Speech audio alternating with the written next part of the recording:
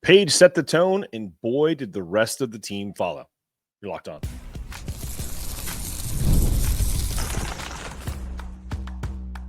You are Locked On UConn, your daily podcast on the UConn Huskies, part of the Locked On Podcast Network, your team every day. Thanks for making Locked On UConn your first listen every day. We are free and available wherever you get your podcasts and on YouTube, part of the Locked On Podcast Network, your team every day. Before we dive into today's show, just want to take a moment to say how thankful we are for all of you. We appreciate all of the support. We're proud to say we're the only daily podcast covering UConn men's and women's basketball, the hoops capital of the world, and we're thrilled to bring you the coverage you deserve. So to show that gratitude, we're giving back. We're donating 10% of our revenue to Husky Ticket Project. Just sent some money to Kevin Solomon and his group today, and we're helping send kids to UConn games that otherwise would not be going in underserved places. You know, the boys and girls clubs that I went to in Meriden, Connecticut when I was growing up, and other places around the state. So really appreciate Husky Ticket Project. Thank you for all you do. If you're enjoying the show, take a moment to subscribe, follow, and leave a review wherever you listen. Thanks again for making Locked On UConn your first listen every day. Today's episode is brought to you by GameTime. Download the GameTime app, create an account, use the code LOCKEDONCollege for $20 off your first purchase. Special shout out to my everydayers who come with us every day on these shows, whether it's the men or the women, or everydayers that just watch one of the two shows. Thank you so much for your support. All right. Paige set the tone, and the Huskies put on an absolute clinic against Villanova, cruising to a 100-57 blowout win at Gamble Pavilion in Stores. And folks, it wasn't just a win. It was, we talked about this with Bella in like the pre-show where we talked about the top 10 players in the Paige Bueckers era. Total statement game. This team is locked in. You know, I was on another show on a Facebook Live situation where Maria Conlon, former UConn great who won a title in 2004, was talking about how even though the competition in the Big East is down, if you're winning by, 50, 60 points like they did against Seton Hall, and Villanova's Villanova's not a world beater, but they play hard. And for UConn to dominate like this and have this type of offensive explosion is pretty impressive. So they didn't win. They obliterated them. And that is what you want from this team, for the second straight game playing 12 players. Not to have kind of the malaise that they had earlier in the year where they would play a good quarter and then let the team kind of come back in, et cetera. So UConn hit the 100-point mark for the second time this season, shooting an incredible 65.6% from the field. And the scary part, they could have scored even more if Gino hadn't pulled the starters for the entire fourth quarter. So the Huskies were firing on all cylinders.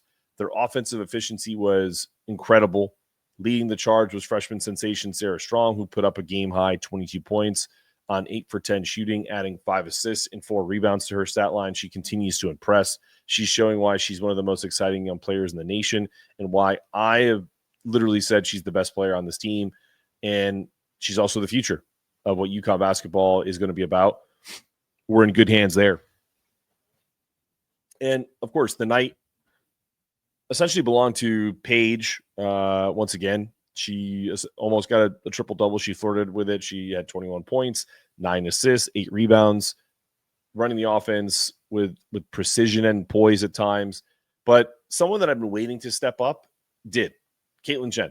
She had her best game yet as a Husky. 17 points, finding her groove and proving that she's a really great complement to Paige in the backcourt. Funny enough, her career best of 31 points came against Villanova back in 2023 when she was with Princeton. So maybe it's just something about seeing those Wildcats that make her eyes light up. Who knows? And we all know this team is always about who's healthy, right? And with 12 players healthy now, it's not just a welcome sight. It's like a emotional lift. It's a revelation that Aubrey is able to come in and play. 381 days removed from her last game, now in her second game, logged 9 minutes in in that second game back from a torn ACL. It's just a boost. Seeing her on the court, it's a boost for the team. It's a boost for this program. Sorry, I was choking there. I had to pause it. Where was I? About Aubrey, right? So listen, this team is, with her back, it's you got to think they're right up there in the top four. I think they're a top 4 team in the country. No doubt. Sorry, that drank some water and it kind of went down the wrong too. But Villanova, they opened the game with the first point, and they should have stopped the count there, right? UConn responded with a 12-0 run in just over 2 minutes. Never looked back. Husky lead grew 31-15 by the end of the first quarter. And by halftime, they were shooting 70%. One might call that on fire, blistering, whatever you want to call it, scorching. And they led by 36 points. We said on the pod yesterday that if you're betting this game, it was 29.5. This was probably the easiest money you've ever made. UConn's defense had a few lapses here and there, but offensively, they really just could not be stopped. They accounted for 19 of 20 points during a stretch of pure dominance. Villanova had 0 answers. And by the time the fourth quarter rolled around, the Huskies had a 43-point lead, winning their last 2 combined games by 103 points. With this win, UConn improves to 18-2 overall, undefeated in the Big East, 9-0, continuing their march through conference competition, which has been not great, but things don't get any easier. If there is a game that will test them in conference, it's up next against Creighton, who's sitting right behind in the standings with an 8-0 Big East record. Creighton was ranked at the beginning of the year. Don't think they're that difficult, but especially with this full roster. Tip-off of the showdown is set for a Saturday game at 5:30 on Fox.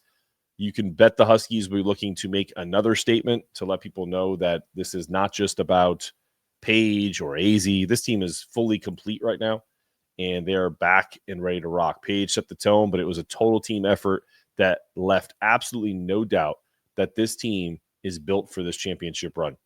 And it continues this Saturday. When we return, we're going to talk about Aubrey's back, baby, and I'm super excited for it.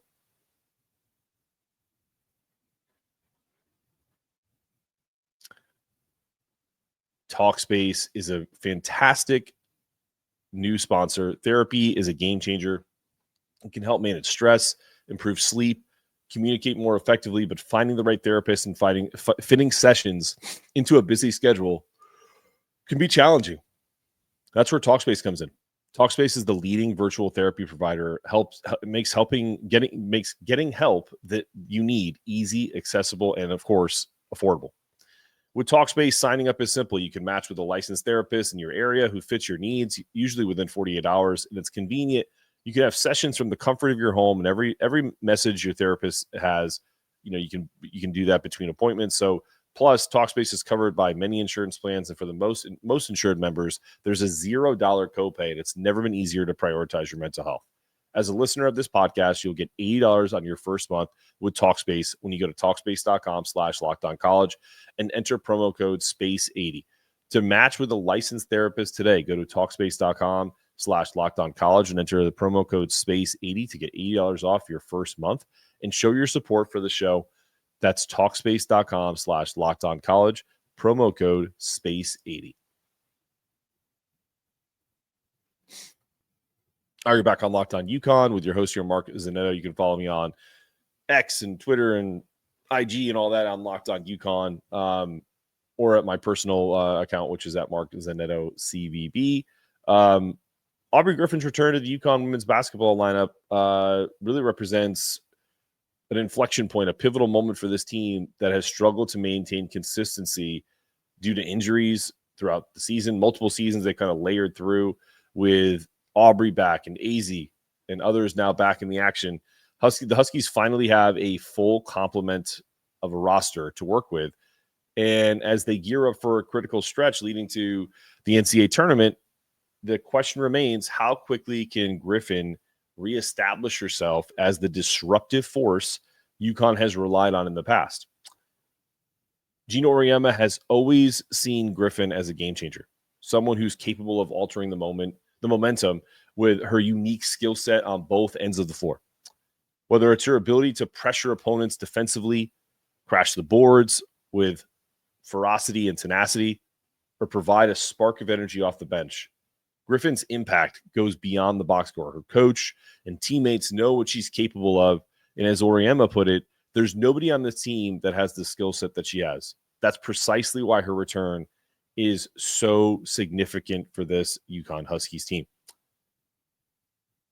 Aubrey has a history of stepping up in big moments. During her freshman year, she delivered a breakout performance against Seton Hall, scoring 25 points and grabbing 12 rebounds to help erase a 9-point deficit late. Her defensive presence has often rattled opposing teams, as seen in past games against powerhouse programs like Tennessee. In the 2022-23 season, Griffin's scoring explosion against Princeton, 29 points, showcased her offensive potential, and she played a crucial role in helping UConn advance past Baylor in the NCAA tournament. However, her value isn't solely measured by her scoring. If anything, it's Griffin's defensive instincts and hustle that make her an invaluable asset. Auriemma highlighted this when you recalled a game in which Griffin scored just 4 points, but completely dominated defensively, proving that her contributions extend far beyond scoring 29 or 25 points here or there. Before we get into her history of what happened with the torn ACL early January, cutting her season short last year, she's also an incredible teammate. Like, you can see it. You can see it when I think I'll end up putting this picture up on the community page on YouTube. Let me just picture this. Everybody's up on the bench when she gets in the first game against Seton Hall, where she's coming in, and like if you just look down the picture, the line of the picture, whether it's Jana, whether it's Chris Daly, the entire team and coaching staff they're smiling ear to ear. Coaches not so much because they're trying to stay in the game, but the players and the staff that are not as locked in as Chris and Gino and Jamel and all them. She's just a light on this team. I'm first it was Azzi, now it was her.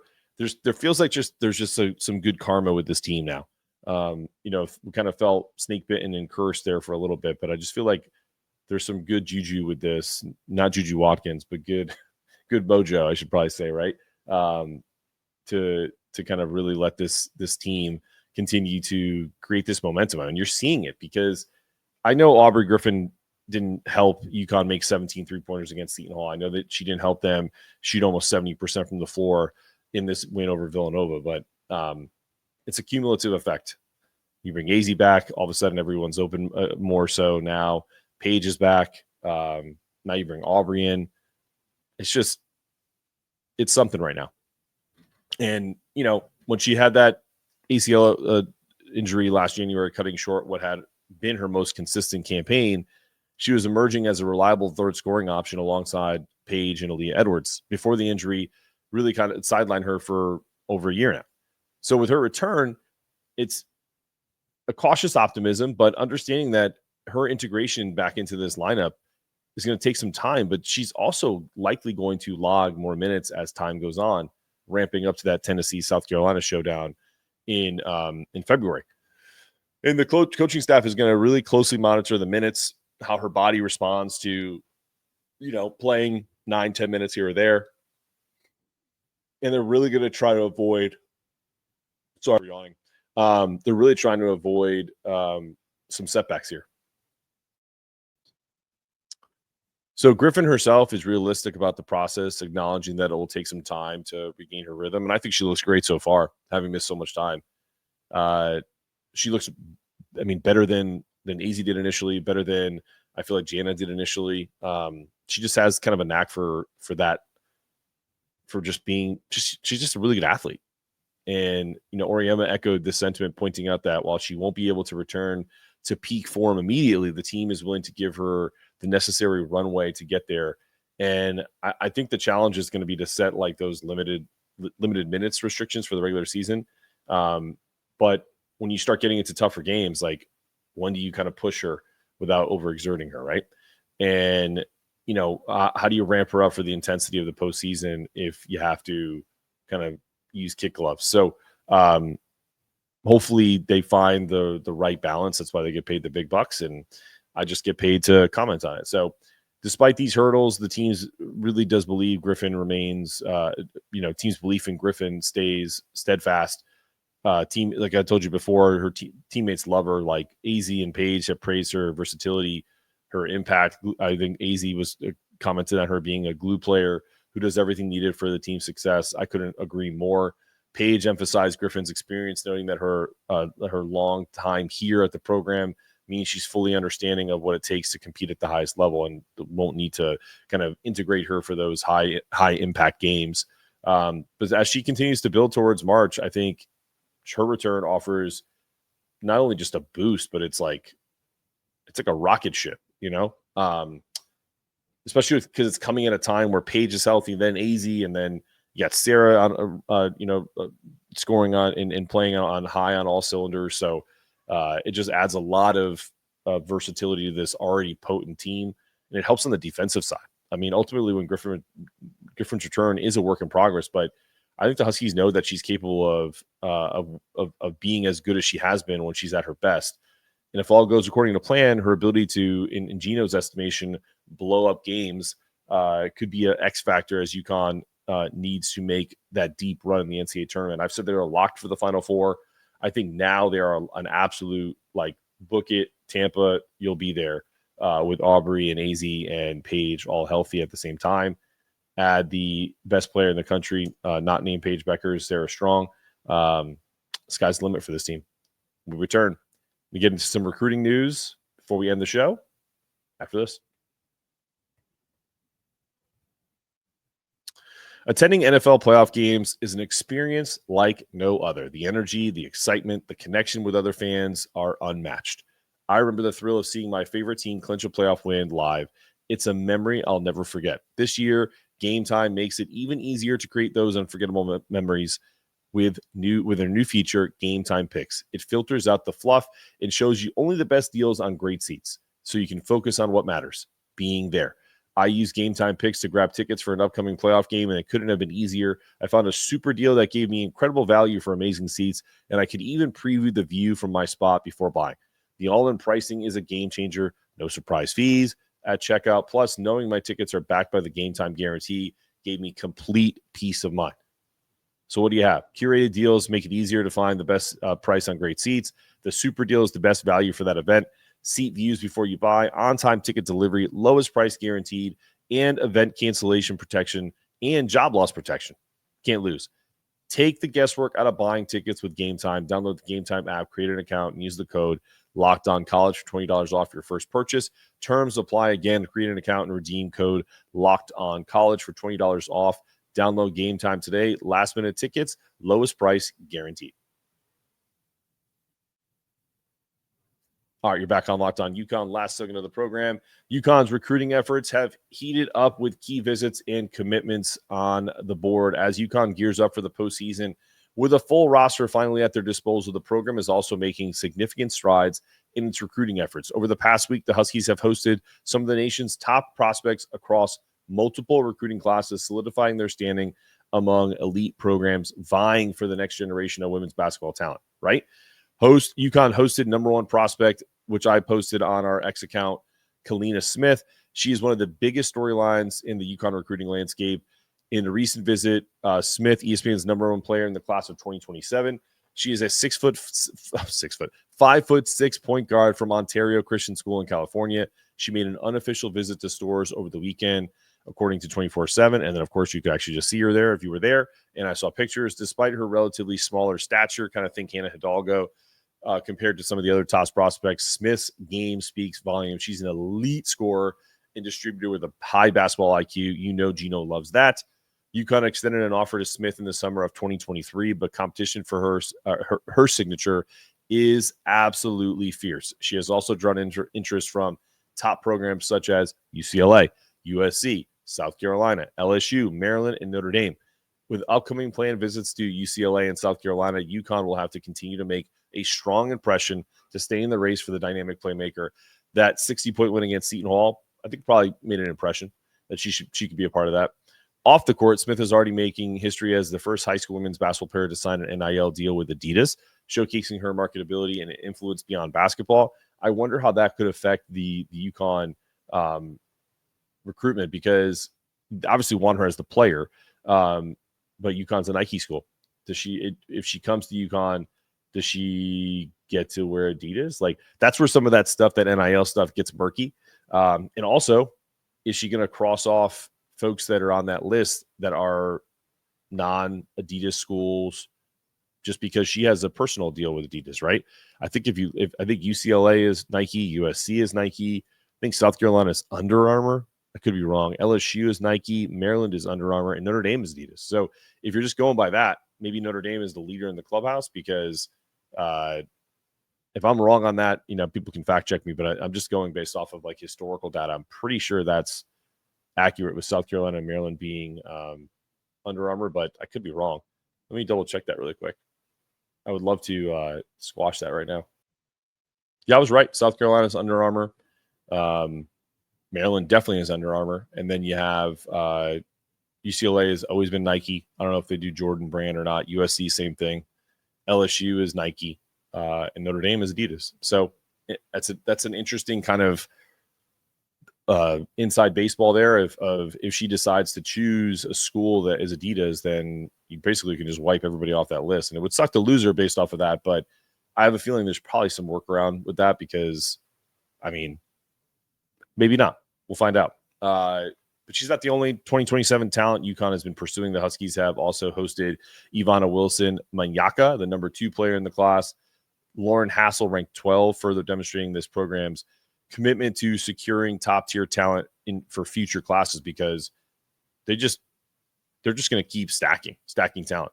Sydney Douglas watches UConn's dominant win over Seton Hall. She was also there in the building for the 60-point drubbing of Seton Hall, and it came at a perfect time. Sydney Douglas is a 6'5" post player, also from Ontario Christian, and a teammate of Kalina Smith. Maybe that will draw the both of them there.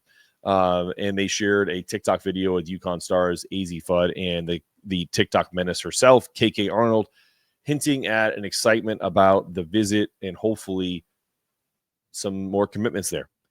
Douglas is included on ESPN's watch list for the 2028 class, is a high upside prospect with strong inside presence and the versatility that fits UConn's system and what Gino likes in his post players.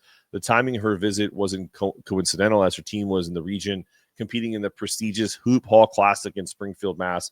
Gino and assistant coaches Morgan Valley and Jamel Elliott were on hand to evaluate Douglas in action as Ontario Christian faced off against Christ the King, a perennial powerhouse.